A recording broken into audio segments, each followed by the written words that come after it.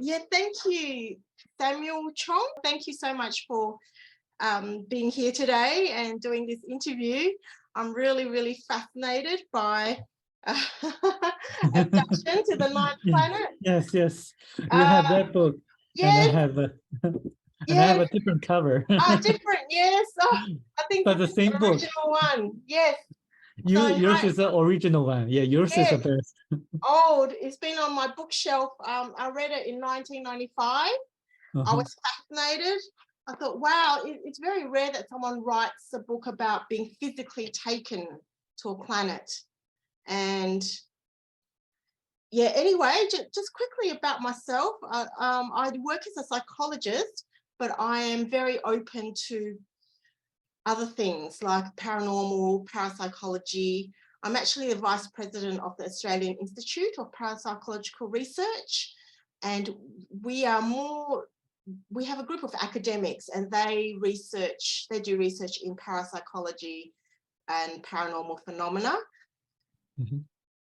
Not so much UFOs, but we have looked a bit into UFOs because they're looking into more things that you can reproduce in an experimental setting. But I've seen 2 UFOs myself, and they're the same type of UFOs, and I believe they are Pleiadian craft. But this so fascinated me. And you graduated from the University of California in Berkeley with a BA in economics. Yes, that's right. And University Carlo, the third in Madrid. Yes, that's right. Masters in financial analysis. Yes. Very I don't know, different. Like it's a different area to the paranormal. Very different field. Yeah, different field. Yes. And you're a certified court interpreter and Chinese translator. Yes, very different fields. Wow. How did you get in? How were you drawn to the book and to Michel Desmarquet? Well, when I was young, like when I was in China, I always wanted to find out the mysteries of the earth, like the paranormal and also the supernatural abilities of certain people, especially how we were able to build a Great Pyramid and why people disappear in the Bermuda Triangle. So I thought that if we can get answers from the ETs that have an advanced civilization, it would save a lot of our time. We can just get the right answers from them, because if they're able to visit us, they must have advanced knowledge. We wouldn't need to take so many years of research or investigations to find out the answers on our own. So I have been really, really curious about what the ETs have told us in the past. So in my subconscious mind, I was searching for books written by ET contactees, especially regarding, especially the books that contain a lot of interesting information that would enlighten us or uncover the mysteries of the paranormal. So that's why I was fortunate to find this book on Amazon back in 2014. And this book actually answers all the questions that I had in mind before, explains a lot of the supernatural abilities of different people, and also the miracles performed by Jesus Christ. Yes, definitely a different take on it too with Jesus, but we'll talk about that later. But something must have drawn you to this particular book out of all the books and to Michel. So how did you get to be in touch with him and to translate his book into Chinese? Well, this book is really different from the other books that I read in the past, in the sense that it gives specific verifiable information that we can really do additional research and explore further.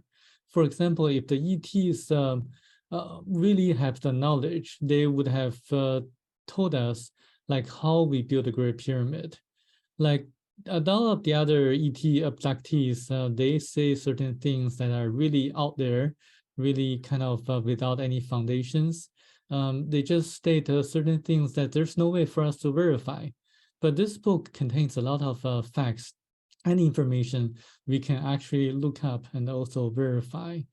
This is extremely different from the other books that I read so far. But in the postscript, it also says that there are more incredible things that the author, Michel Desmarquet, was not allowed to write in the book because we were far from understanding them. To me, this book contains a lot of information that's already incredible enough. I was very curious what's more incredible about any of the things that Michel Desmarquet didn't write in the book. So I was very determined to find out that mystery, that secret. So I tracked him down, and then at that time he was living in Vietnam. Wow, why was he living in Vietnam? Because after he was taken away by this group of benign, beautiful ETs for 9 days, and after he came back, no one believed him, and not even his wife was thinking that he was having an affair with another woman, so that cost his marriage. So they had a divorce, and even the ufologists in Australia and in America didn't believe him. So he was very depressed, and a friend of his suggested him to move to a different location to change the environment so that he could feel better. So that's why he went to Vietnam. Oh, did he remarry? He did. He married a local Vietnamese lady. Yes. Okay. Oh, did she believe him? Well, I didn't really talk to her regarding this because we had a language barrier. Oh, yes. But so I read that now the book is a bestseller in China and Vietnam. And Taiwan. And sorry, not Vietnam, Taiwan. Okay, yes. wow. So did you find out more things from Michel which he couldn't put in the book, which maybe we're all ready to hear now? Yes, there are certain things that I can reveal, and there's one thing that I cannot reveal. Certain things I can reveal include the secrets of the Sphinx in Egypt. So there are 3 chambers beneath the Sphinx. And when the time is right, they can be opened. And when that happens, everything will be revealed. So this is very similar to what Edgar Cayce said about the Book of Records contained in the chambers of Sphinx in Egypt. Yes. Yeah. Wow, that's interesting. I think there's so much more to the Sphinx. I had a strange, I don't know, not a strange, but I was in Africa and I was in Timbavati where this lady would, I think she bred and looked after the white lions. It was a big conservation. Her name is Linda Tucker. She wrote a book about the white lions, and I was visiting there, and this other lady had been traveling around, and she was carrying these precious stones, and she said she wanted these stones to be taken to Egypt, and she found out that myself and another lady were going to Egypt, and so she gave me a bag of stones, and also the lady who looked after the white lions put some other precious stones in there and asked if we could put that in between the paws of the Sphinx. And so the other lady and I went to Egypt, but we couldn't get close to the Sphinx because we could only look at it from a ledge. I think people weren't allowed to go right up to the Sphinx. And so we didn't know what to do. We couldn't put the stones in between the paws. And so we asked there was a boy who was selling postcards, and we asked him if he could, we bought some postcards and asked him if he could throw the bag of stones to land in between the paws. And he did. He threw the bag of stones and it landed in between the paws. And I don't know why, I don't know the big significance of it. We just did that as a favor. Yeah. Anyway, I would think that the Sphinx contains the history of records. like what happened in the past from the ancient times of Atlantis. And I would think that when the three chambers are to be opened, everything will be revealed to us in a holographic form. Oh, okay. So you don't think the people, the archaeologists, or the people that want to keep all this secret from us have taken anything from inside the Sphinx? No, as far as I know, the three chambers have not been opened yet because we are not ready. Okay. Yeah. I hope it's going to be ready in my lifetime or your lifetime so that we can see what's inside. I feel like it will be. I feel like it will. I think this is an amazing time to be alive. Yeah. I mean, both good and bad, but we'll talk about that later. But so you were talking about proof, and I know in another interview you were talking about the needles. So that's one of the things that people can search. Is that right? That there were all these needles in space, and it was cleared up. Like who cleared it up? Yes. Yeah. And yep. Yeah, that's actually Project Westford by the US government. They sent hundreds of millions of copper needles into space in the 1960s. And then the ETs, the Thiaooubians, saw them as a threat to us, so they cleared them up. Okay. Wow. And then in Japan, there's a place where apparently Jesus lived there for 45 years, married when he was 50 years old, I'm just looking at my notes, had a brother called Ulriki. Yes. So in the book, it said that he was born of a virgin. They were hidden in Egypt when Herod was massacring all the firstborn boys, and then he left his parents at 14 with his brother who was 12 at the time. They traveled to Burma, India, China, Japan, and he died in Singo. Is there actually a tomb? I haven't had time to look, but is there actually a tomb in Japan? Yes, there's a tomb of Jesus in Japan, in Shingo Village, Japan.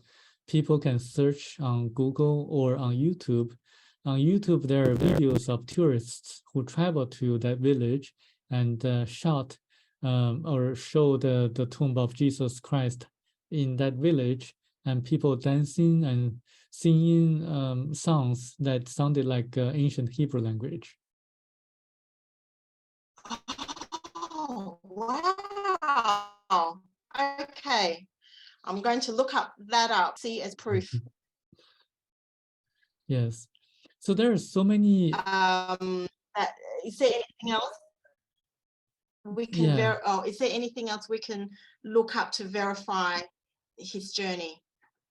Yes, so there are so many specific verifiable details in the book that we can just see them as proofs. For example, it talks about the disinfection process, which they did using yellow light and blue light. And it turns out that according to a research paper by Harvard Medical University or Harvard Medical School, that blue light, certain wavelengths of blue light have antibacterial, antiviral effects. So that's another fact that I found to be very interesting. Okay, so I have a bit of an outline of the book. So Michel, he's a French Australian, and he was living at Cairns, Queensland at the time. So he intuitively wrote a note to his wife saying he was going to be away for 10 days, and he didn't know why. He just did it. Is that right? And then he walked outside and then into his garden, and he was taken on board a spaceship by these tall blonde beings, yes. who are hermaphrodites, but they look more feminine than masculine. Yes. Yeah, and they're from the planet Thiaoouba. Yes. Yeah. Do you know where that planet is? Do you remember? It is certainly in our Milky Way galaxy. Really? Okay. Yes. Because they say Oh, there are 3 category 9 planets in our galaxy. So I yes. think it's not that far from us, but it's very far. Okay. All right. But it seems like they've had quite an interest in our planet throughout our whole history. Yeah. So he was taken, and he saw a few planets along the way before he reached Thiaoouba, or he was shown there was a planet where the humans were quite disfigured due to an atomic bomb, the Yes. radiation. And I guess that might be a warning for us, like, don't go down that road. Yes. It's called the Arimo X3. And That's right. yeah, so they had a nuclear war about 150 or 180 years ago. So that actually caused a lot of devastation and also mutations of animals and human beings. So that's actually a warning to us. But the people on that planet actually came to Earth about 250,000 years ago. They're the Polynesians of today. Oh, I see. I wonder if they've got legends and myths about that, Mhm. about being on a planet. Do, do you know? Yeah, I mean, the Polynesians were the people who used to live on the continent of Lemuria, Oh, where they had a very advanced civilization before, in which Michel Desmarquet, as you know, described it in details, where yes. people didn't need or didn't have the money to buy things. They didn't need money to do things. People just grabbed what they needed from the supermarket, from the marketplace. No one took advantage of each other because everyone was highly evolved spiritually. Mm-hmm. Yeah.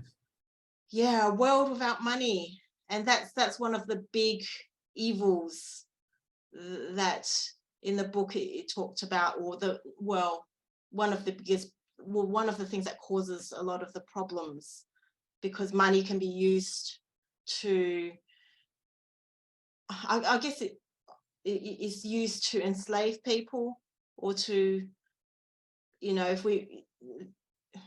we've made money a top priority, people can be bribed easily, and it seems to be the means to get what we need. It's just really, I think it's like a tool used by, you know, the cabal, or the few that have been controlling the planet for a long time, using money to control people, because without money we we can't have access to things that we need, and that's how they control us.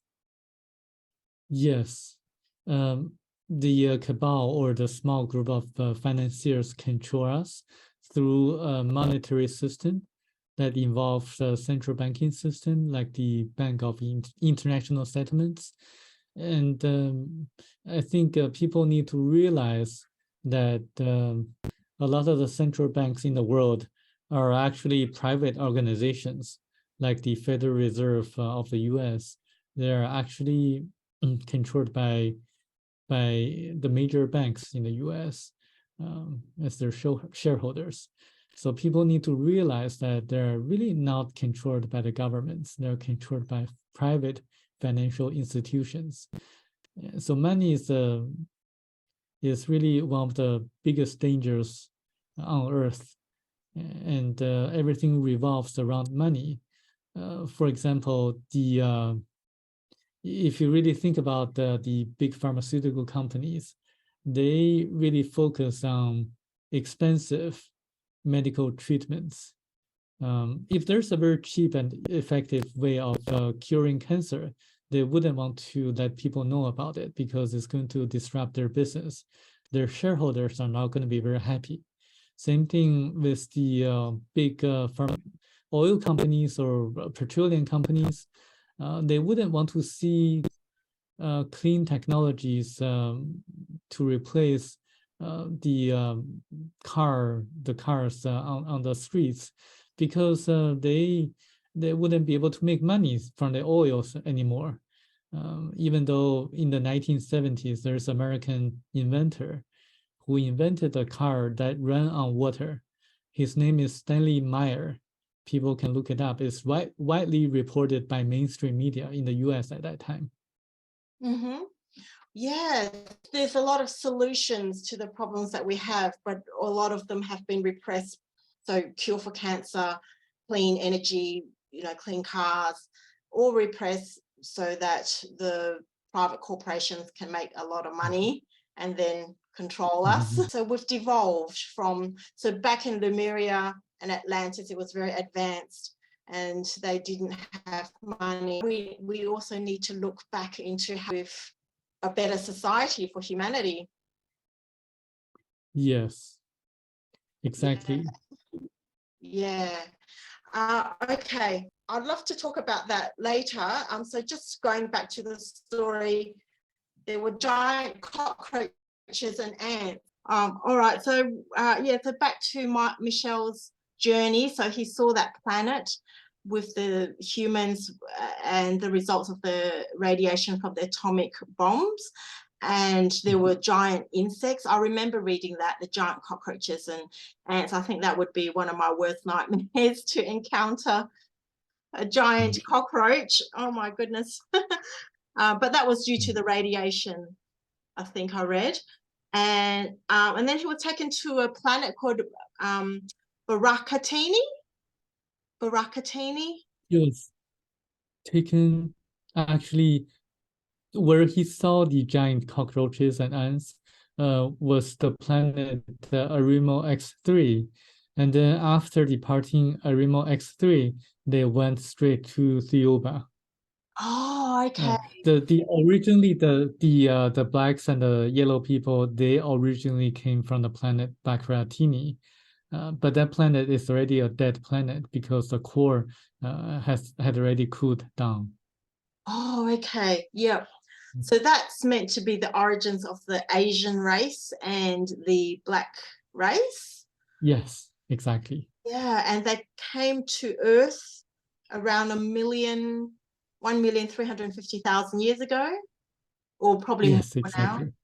And Yes. then they combined some of the yellow and the black people interbred, and that became the Arab race.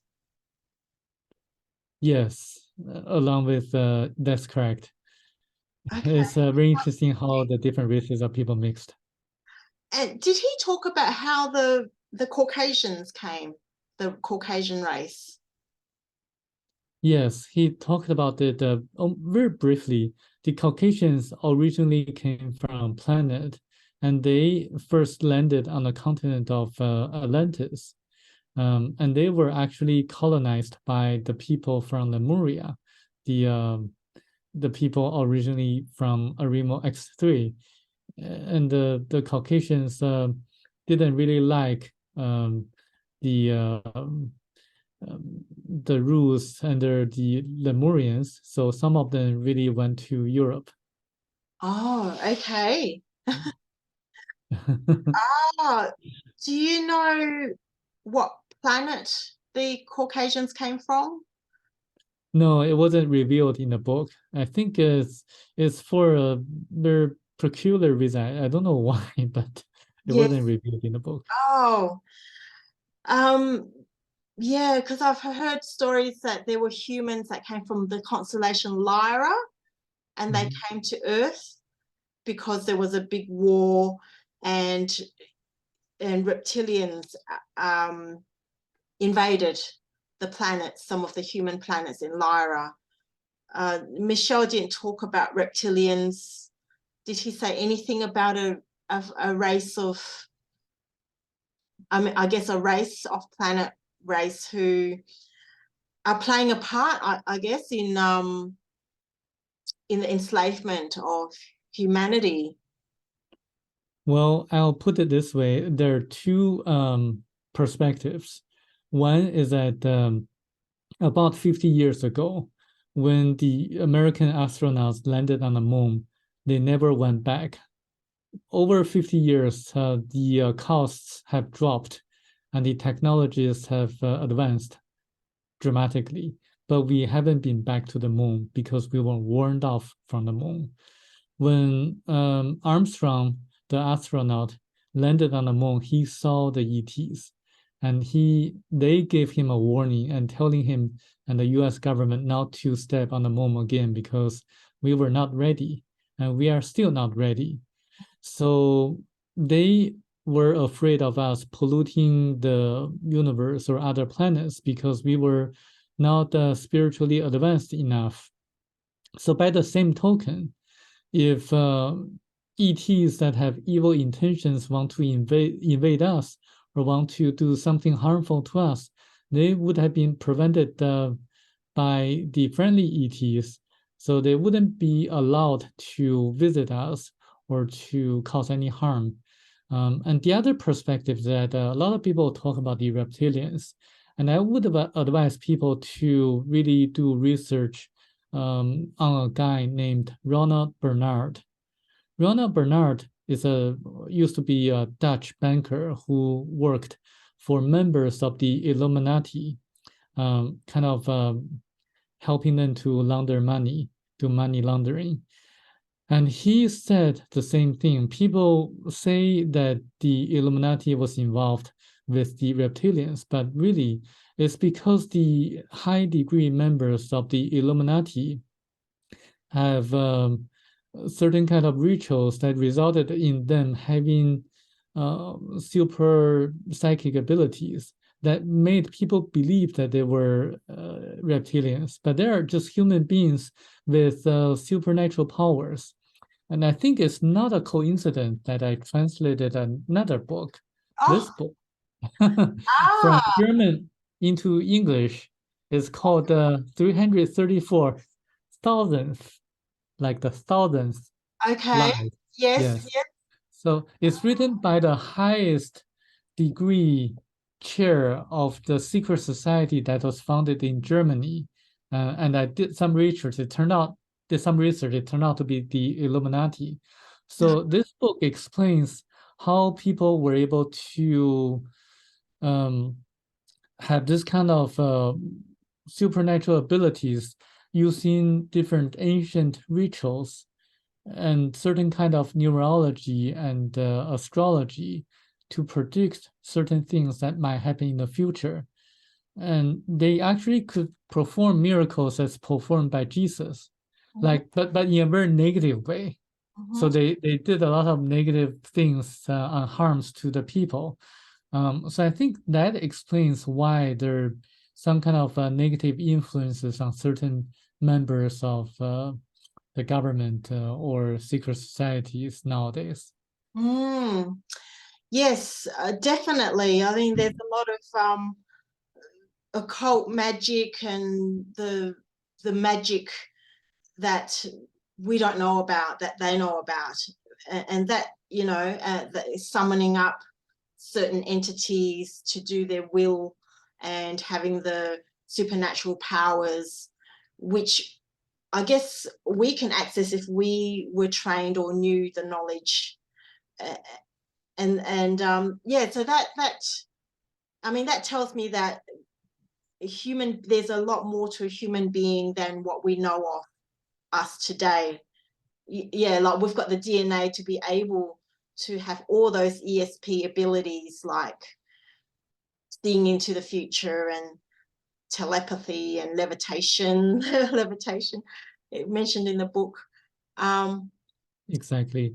And one more thing is Ronald Bernard, the Dutch banker, personally witnessed a member of the Illuminati killing and putting a person to death, just putting his hand on the person's heart, and then that person suddenly died.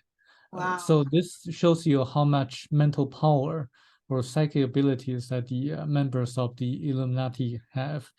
And I would suggest people who are interested in parapsychology or doing additional research on how to perform this kind of psychic abilities, and to read the book Thiaoouba Prophecy, Abduction to the Ninth Planet, and also to take a look at the book, this one, 334 Lies, and they're able to see what kind of rituals they perform, so that it would shed some light on how to obtain such abilities. But I think this book is not for everyone, because it has a lot of very dark or very graphic descriptions. So just be forewarned about this.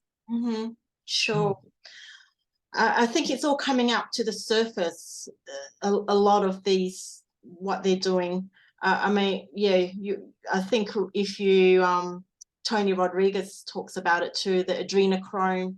And I've read a lot of from other people too, who were sex trafficked as children, and they've witnessed in these rituals deaths. And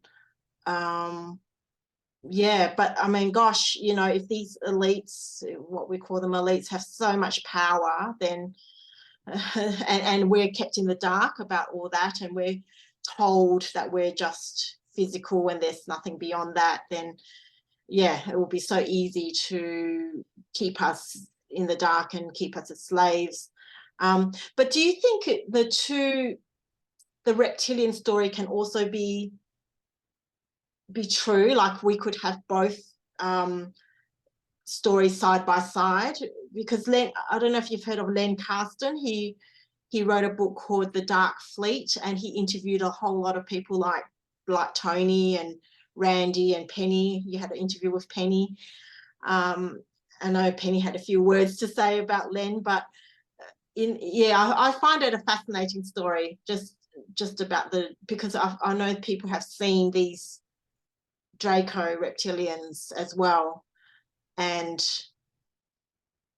you know, I don't know, maybe there's more to the story, like maybe there's an off-planet history to Earth. You know, when I want to learn something, I learn from the best.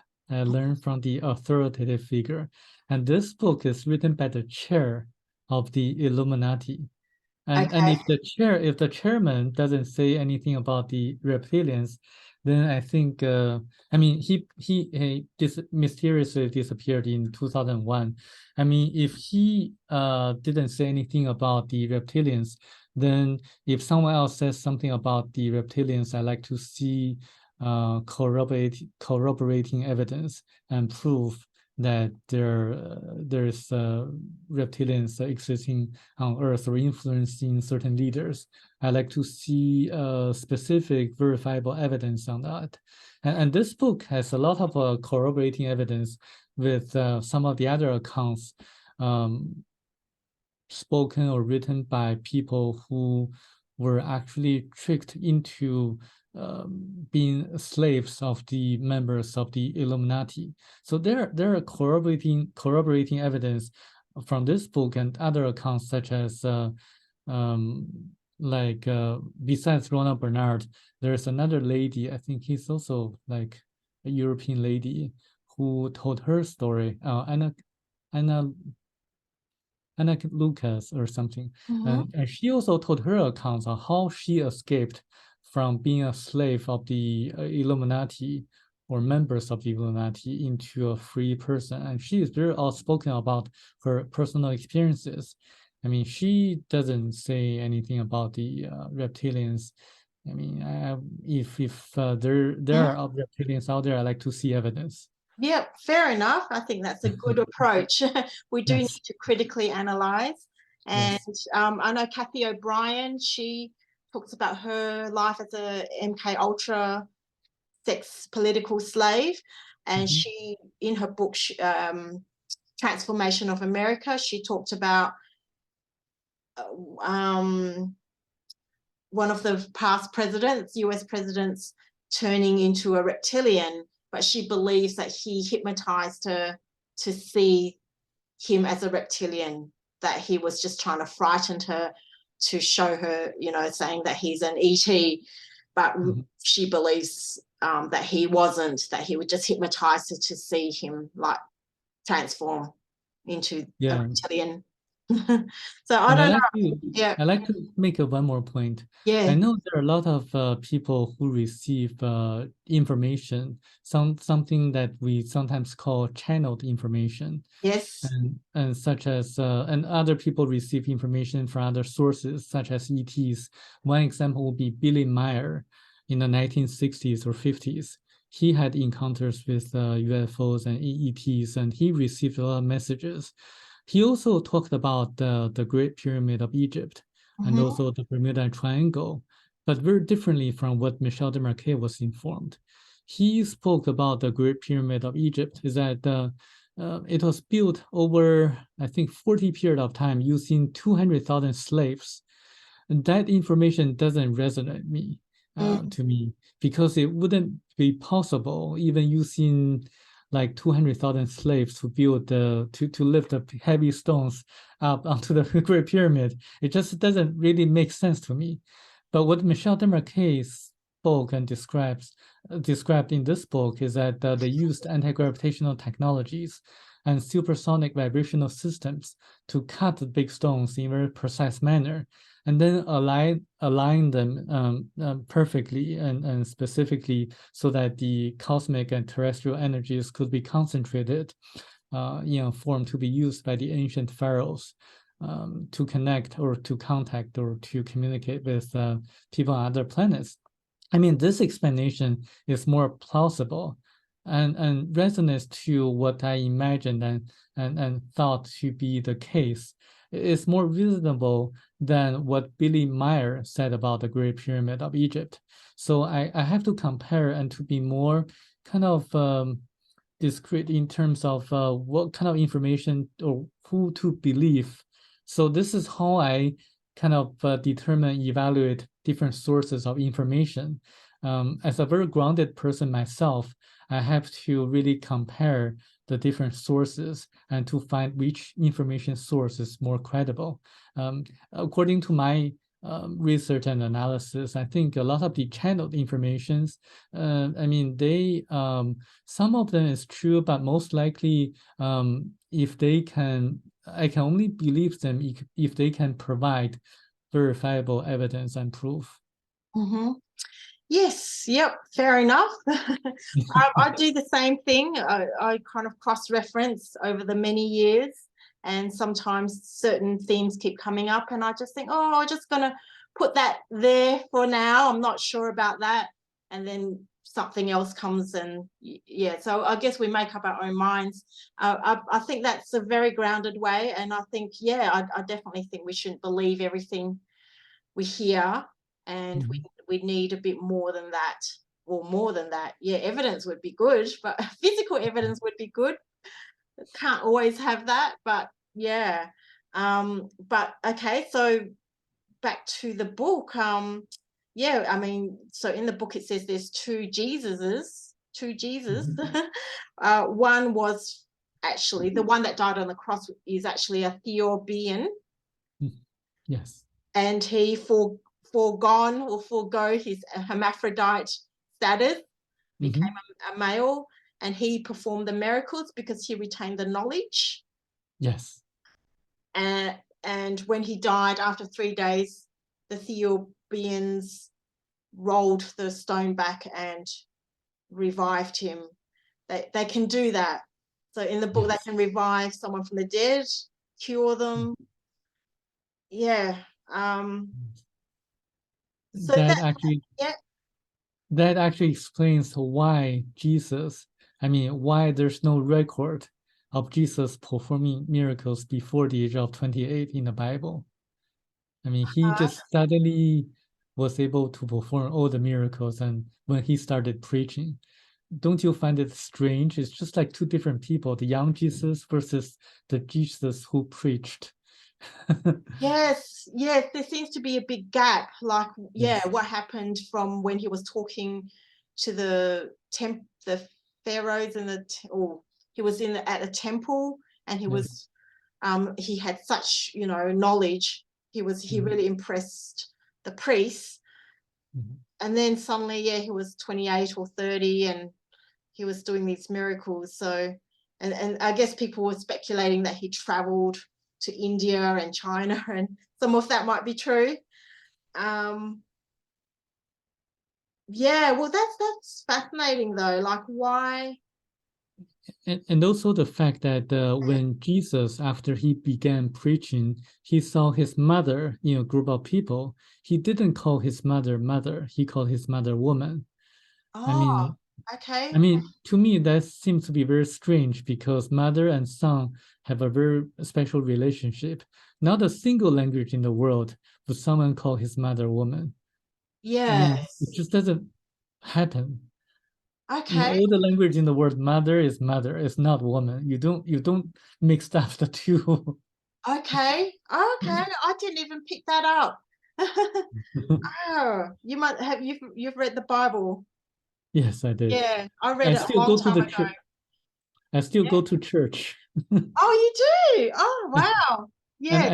I tell them about reincarnation. They become very upset with me. Ah, of course I would. Oh, good on you. And but you still go. I still go, Yeah. yes. And Yeah. I still make them upset. Yes.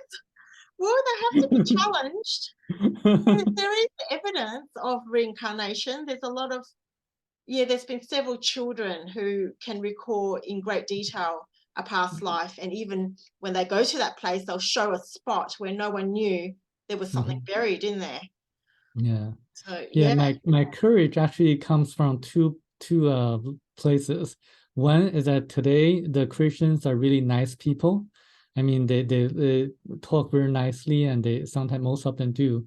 And the second is that today they cannot burn me on a stake, so they cannot do what they did 400 or 500 years ago, Yes. just to burn people alive if Yes. they disagreed. That's horrific. So, They cannot do that now. well, hopefully, yeah, there'll be an outcry. I think. Oh, yes. Yeah, hopefully our freedom of speech isn't compromised that much. Okay. Okay, so why? So they brought down one of their beings. Uh, so the other Jesus, whose name starts with an A, Ariok. Ariok. Yeah. Why did they? Yeah, why did they bring in such a man? You know, when we can't really emulate him, he just seems too perfect. Yes. Yes, similar to today's situation. Back then, people didn't believe anything unless someone could perform miracles. Mhm. Like they sought for proof. They would believe someone who could perform miracles, uh, and they wouldn't believe the other Jesus, the Jesus who couldn't perform miracles. Um, so this is why they had to install another Christ onto earth, so that his preachings could be believed by the people. And it's that Christ who preached mostly about universal love and spirituality. And he died on the cross and resurrected 3 days after, just to show people that there is life after death and there is reincarnation. Even though he did this and people believed in reincarnation for a few hundred years after he was crucified, um, the concept of reincarnation was removed by the Catholic Church councils. And Mm, this book, like Thiaoouba Prophecy or Abduction to the Next Planet, we like specifically named the 4 different Catholic Church Council meetings that intentionally distorted the original meanings of the ancient scriptures. yeah, like the Council of Nicaea, Is one of them, one yes. of them, yes. Yeah, so that's again the elite magicians from the day. Yes. taking away the essential information, because so wasn't IROC showing that we could do the same things that he could? Like that's our potential. We could do the same miracles. We could be like him. Right, right. It is true that certain people have practiced psychic practices and to be able to do certain things as did by Jesus Christ on earth 2000 years ago. For example, there's a Nepali monk who could levitate. It's actually documented by a magician from America called Dan White. He shot a film, and that's actually played on the History Channel, and showing that the Nepali monk levitated in front of the camera. And the magician couldn't figure out how he did it, because as a magician himself, he could levitate by using his like magic. But this Nepali monk did it just by chanting certain sounds and voices, and he just suddenly levitated about I think 2 or 3 feet above ground. Yeah, wow. I'll have to look him up. And have you heard of the Dynamo Jack? I don't know, a man from Java. There was a documentary made on him as well, performing extrasensory powers, like lighting up a crumpled piece of paper with his hand, just channeling the chi, and also moving things and throwing things just with his chi. He got a chip chopstick and put it through a wooden table, and he also healed people with his hands, like it was really hot. I think it's still on YouTube. I'll send you a link, Dynamo Jack. But then his teachers got very angry at him for revealing some of his stuff, because one of the rules is you shouldn't show any of this for entertainment purposes. And so he retreated and went back into Java, the forest. Yeah, but that's documented. And he taught some people to do these things too. And there's another documentary showing his trainees, like there was a couple of blocks of wood, and they were able to just throw the block of wood just using the chi, like without touching it. Yeah, anyway. Yeah, that's very interesting. I mean, do you think back in Lemuria, back in our ancient days, where we could do things like that, like as a human race we were far more advanced, and something happened where we devolved and lost our powers? Yes, I do believe that back in the ancient times, about 14,500 years ago, on the continent of Lemuria, people were able to levitate. They were able to do all the psychic powers, psychic abilities that you mentioned.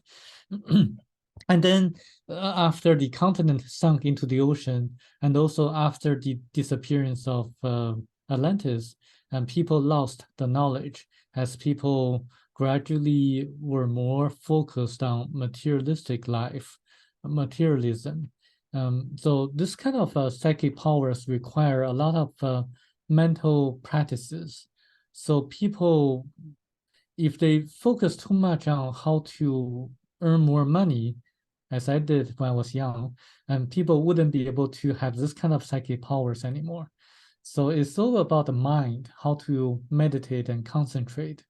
And there are ways to do it. And I actually did a lot of research and found that they use their subconscious mind a lot. So it's not about how you think, it's how you are able to motivate and to initiate your subconscious mind power. So, and that requires a tremendous amount of meditation and concentration. And I think it's doable. And a Yeah. lot of people are able to do that, including a friend of mine who could levitate when he was young. Really? Wow. Did you see it? Yes. Wow. Wow. So Yes, yes. meditation, and I guess we need to get back to morality as well. Like we need to get back to Yes, having a very strong sense, concentration. yeah, of concentration, subconscious mind. I can relate to that because I do hypnosis, and I find that people can have access to certain information under hypnosis, which is just tapping into their subconscious and unconscious mind.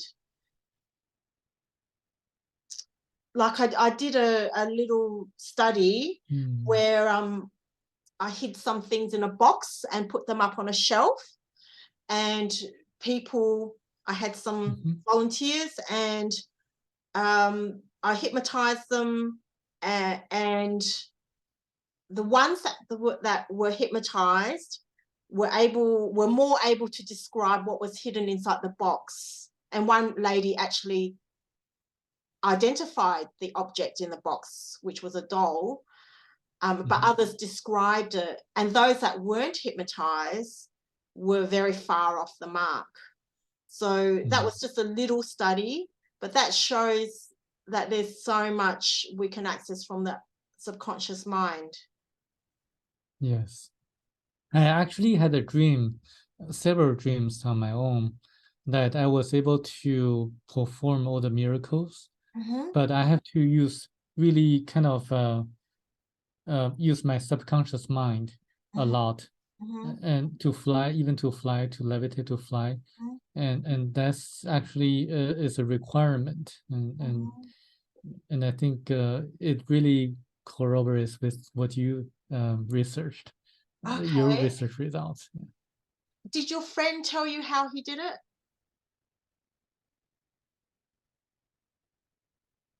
Your friend Yes, who levitated? he was, when he was young, I mean, he is, yes, he told me how he did it. When he was young, he had a master, he had a teacher, and the teacher told him to fast for 3 days. So he didn't eat for 3 days. So everything was very clean. And then he had to really focus and concentrate so that kind of like in his stomach, the dantian area, the stomach chakra, the dantian area, would seem to like a fireball, like heating up, and then it becomes bigger and bigger.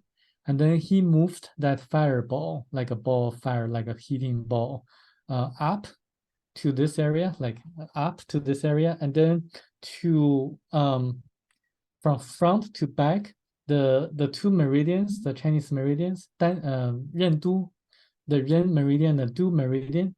So they have to connect and to flow well. And then after he did this, after they're connected and flow flew well, he just he didn't think about anything, and he just floated.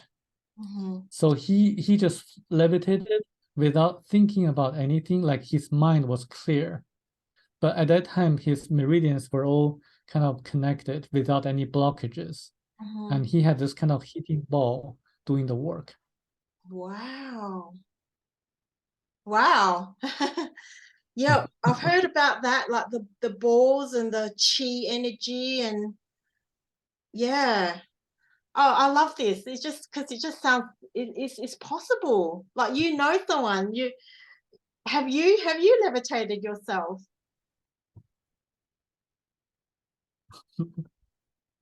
No, I'm too No, you haven't grounded. yet. I'm You're too too grounded to grounded. levitate. Okay, so meditation, but it sounds like we need to clean our body too. So he had to Yes. fast. And Yeah. in the book, I don't know whether in the book, but what do you think is the best diet? to be able to help with increasing this sort of ESP powers. Is there a diet that's the best for that? I wasn't told about the best diet, but I can imagine it would be organic vegetarian food, natural vegetarian food, because what happens is that the organic plants, they have energies on their own as well. So when you eat them, you use your mind to connect the energy of the foods to your own energy, so that they can add on to your own energy system. So when you select different foods, try to eat organic vegetables and fruits, and also like plants like tomatoes, potatoes, and yam, like sweet potatoes. And those kind of foods are really, really good to increase the energy system of a person. I wouldn't suggest like processed foods or like animals, because that doesn't help to cleanse your body. Yeah, I can relate. Well, I can understand that. Yeah, I mean, animals are killed. To me, that's dead, whereas plants, it's still alive. Like, it's still, I don't know, like I salivate looking at fruits. I don't salivate looking at a piece of dead meat. But anyway, each to their own. Some people say they feel better on a meat diet, but I follow a vegetarian diet. And I just want to quickly share, like, there was one time where I just ate fruit, and I noticed that my mind was able to access different wavelengths that I never knew existed. It's hard to explain, but it's almost like I found another room in the house, or another 2 or 3 rooms in the house where I never saw them before. Yeah, so I think food has, does help a lot with the energies that we can access. So just getting back to the Jesus story, there's also another story about Jesus, being of the bloodline of the Merovingian, that he married Mary Magdalene, and apparently that was in the Dead Sea Scrolls. Sir Charles Gardner talked about it in his book, Bloodline of the Holy Grail. Yeah, so that's not the story that the Thiaooubians talked about. So what do you think about that other story, that possibly Jesus also went to, or what, I don't know, there's another story that he went to France and was of the Merovingian bloodline? Well, I think when I read a book, and people can determine on their own, like for example, if I read a book, I have to see really the things that can apply to our current affairs, like a current world, and specific facts that we can verify. For example, this book, Abduction to the Next Planet, or Thiaoouba Prophecy, talks about how they intervened during World War II, preventing Germany from being the first country to develop the atomic bomb. So that's really like more recent, that we can verify the fact. So when that fact is verified, along with the tomb of Jesus Christ in Japan, along with Moses leading the Hebrews out of Egypt and parting the Sea of Reeds, and people used to think it's the Red Sea, but it's actually the Sea of Reeds. It's a mistranslation in the Bible. And so when so many evidence or specific verifiable facts are contained in this one book, I tend to believe that everything else within the book might be true as well. So I would say that the other stories might be kind of, I would need more evidence to believe other stories to be true. I mean, we have been talking about this book, and we haven't covered more than 10% of the book yet because it contains a lot of other information. For example, the human energy field, the auras, and also the colors, the effects of colors. And it talks about the color pink. After looking at the color pink, a person would lose about 30% of the muscle weight, muscle strength. So that research, I did some research, that research study can be found. So remember, this book is written in the late 80s by Michel Desmarquet. In Australia, as you know, there was no internet back then. And he never traveled outside of, he never traveled to Japan or China at that time. And how could he know all this information? I mean, if everything else is so well connected and can be verified, and I tend to believe that other information is true as well. So this is how I see the other stories as talked by other people. So I would need a lot of evidence and information to really convince me about it. Mm-hmm. Sure. Wow. From other sources. I mean, this book is so convincing to me, so that I rely on this. Yes, yes. Wow. Well, you know, there's a lot of things in the book which could apply to us, I think, in our lives right now.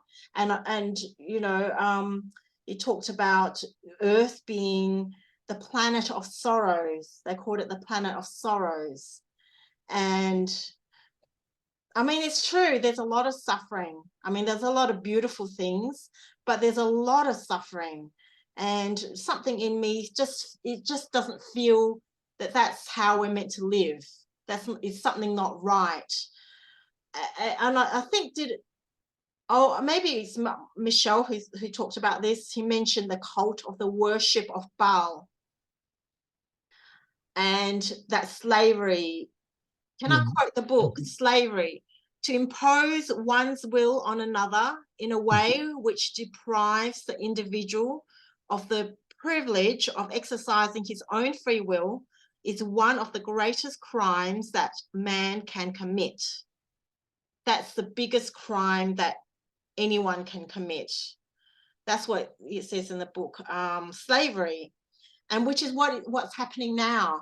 And yeah, the dangers, the 4 biggest dangers on earth: money, politicians, journalism and drugs, and religion. So I think, you know, it's great that this book is being revived because it's got a big message. We've got to do something. We've got to change, and we've got to stop this cult worship of Baal and bring back love of humanity and bring back the ancient knowledge. What do you think? Like, what do you think we can do then, I guess, to bring back to how we're meant to live, and to also, how do we combat these elite people who have no love for humanity other than for themselves and for their families and their associates? I mean, the best way is to spread knowledge so that people can act together in a concerted fashion to change the world for the better. To spread the knowledge, which is very important because people need to realize that they have the free will and they are connected to God directly. They don't need the agency or intermediary to connect to God, the creator, the source. And they can just meditate and to use prayers to connect with the higher self, which in turn connects with God, the source. And they don't need the religious leaders or organized religions. They don't need politicians. They don't need even like their kind of the mainstream media to tell them what to do. So they need to have more independent thinking. And this is this is why I still go to my church. I tell people, you don't need the pastors, you don't need the priests. You can connect to God on your own by praying or by doing meditations. So I really disrupt a lot of the things happening in my church. So they don't like me. I still go. You still go there? They haven't kicked you out yet. They haven't. They're really nice people. I really like it. Yeah, I remember I used to go to church a lot, and one time or a couple of times while we were singing, I felt this this kind of stimulating pressure on my third eye and also on my heart, stimulating. And I tried to ask them what's that, and I thought maybe it's the Holy Spirit, but no one else had the same experience. And it was interesting. After that, I left the church. I didn't go back to church, and I started on my spiritual journey.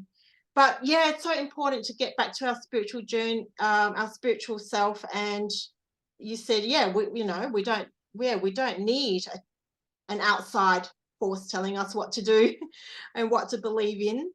So turn off the TV for a while. And in the book it talks about sound, how important healthy noise is, like, and how destructive bad noise or loud noise or jarring noises are to our astral body. And I'm sure we can heal with sound. Yes. But I don't know, like on a global level, have you heard of, I'm not sure, you probably haven't have you heard of the Australian One Party and Ricardo Bosi? No, not yet. Oh, No. okay, because we're talking about politicians. No, He's not a yet, politician. No. He was an ex-military, SAS, but he's gotten into politics just to try and save the country, save Australia. And he is talking about this stuff, like he is talking about powers, human powers that we can access. And he's just starting to talk about remote viewing. But he's running for election anyway. It's a bit exciting in Australia. He's running for election in New South Wales. But he's the only person in politics talking about this stuff and talking about the cults and the Khazarian mafias and the elites doing these rituals. And I'm quite passionate about that. So religion, journalism, and drugs, they're big obstacles to us becoming our true selves. So do you want to talk about journalism and drugs? Yes, as an interpreter, I used to interpret for journalists, reporters a lot. I even did a simultaneous interpretation for Rupert Murdoch. Oh, really? At that time, I didn't know. I did, yes. So he was known for making the reporters or journalists to write sensational news stories to increase the sales of his media empire. So, but unfortunately, at that time, I didn't know about this book, Abduction to the Ninth Planet, yet. Otherwise, I would have handed him a copy of the book for him to read and to be enlightened. Yes. Mm-hmm. And but I think the media and journalists, they really want to create sensational news to sell so that they can earn more income and to earn more money, because sensational news sells better. But I want to turn attention to drugs, because nowadays in America is a big issue because marijuana is being legalized in more and more states. I did a lot of research, and I work with a lot of people who can see the colors of auras. And I asked them what kind of things can affect auras negatively. And they all say two things. One, hallucinogenic drugs, and the other, alcohol. Because when people use marijuana or hallucinogenic drugs like cocaine or heroin, their auras look very ugly. So they don't look well. They look like there's an empty hole or something like that. And when people drink a lot, drink alcohol a lot, their auras tend to be more fuzzy, like not as bright or grayish in color. So their auras look grayish in color. So that's kind of an indirect proof that drugs and alcohol, they cause long-term harm to a person because the auras can predict what's going to happen to a person physically. For example, if the aura reader sees that there's a grayish color around the liver area, normally 3 or 6 months later, the physical symptom harm to a person because the auras can predict what's going to happen to a person physically. For example, if the aura reader sees that there's a grayish color around the liver area, normally 3 or 6 months later, the physical symptoms would appear on the liver. And it's well documented by Barbara Brennan, former NASA scientist in America. So she wrote a book, Hands of Light, and specifically talked about this auras and human energy fields.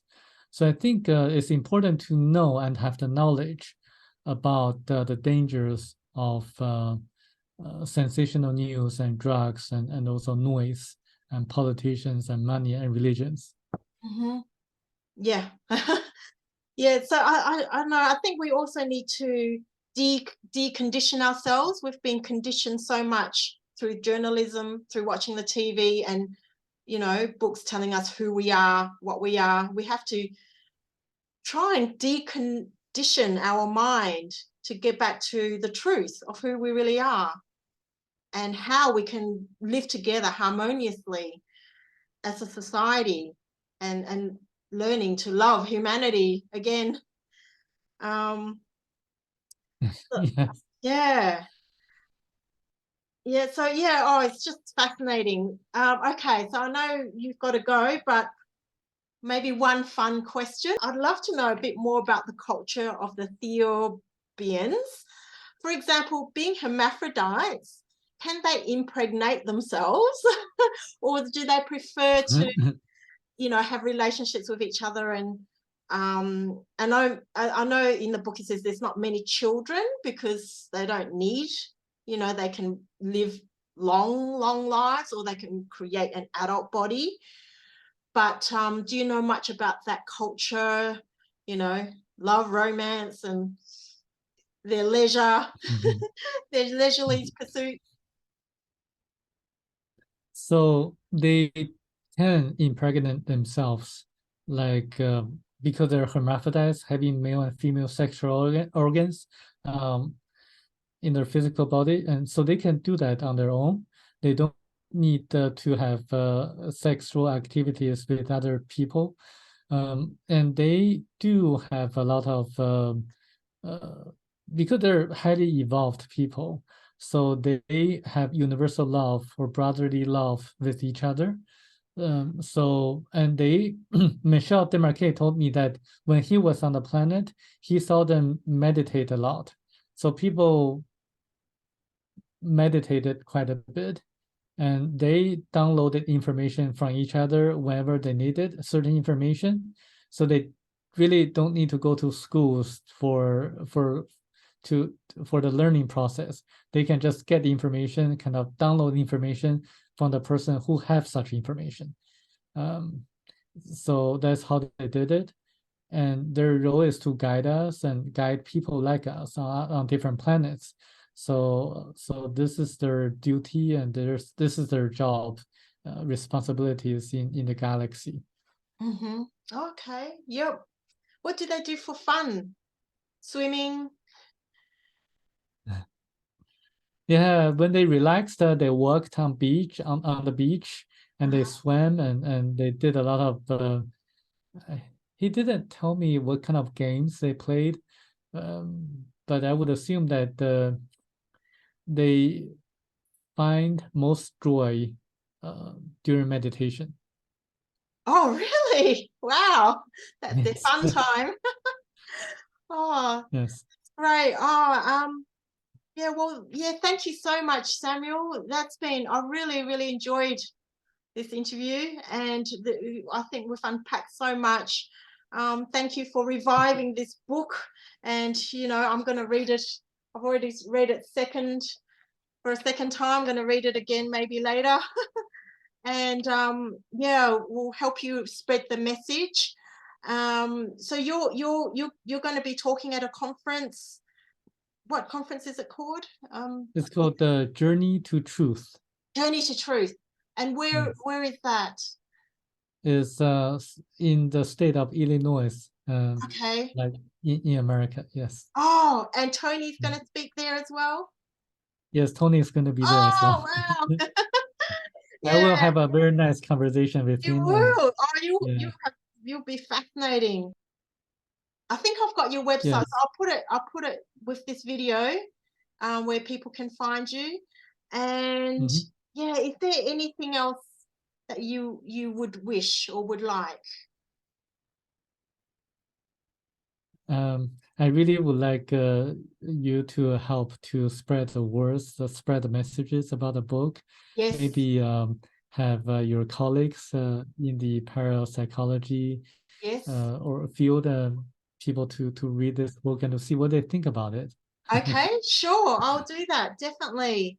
Well, thank you so much, Samuel, for reaching out. Really enjoyed our interview, and thank you so much for your time and your impetus in spreading. I think it's a very important message for this time. I think we really, really need to do something to save our planet and to save humanity. Great, great. Thank you. Thank you. Thank you. We'll be in touch. Thanks. Okay. Thank you. Bye-bye. You too. Bye-bye.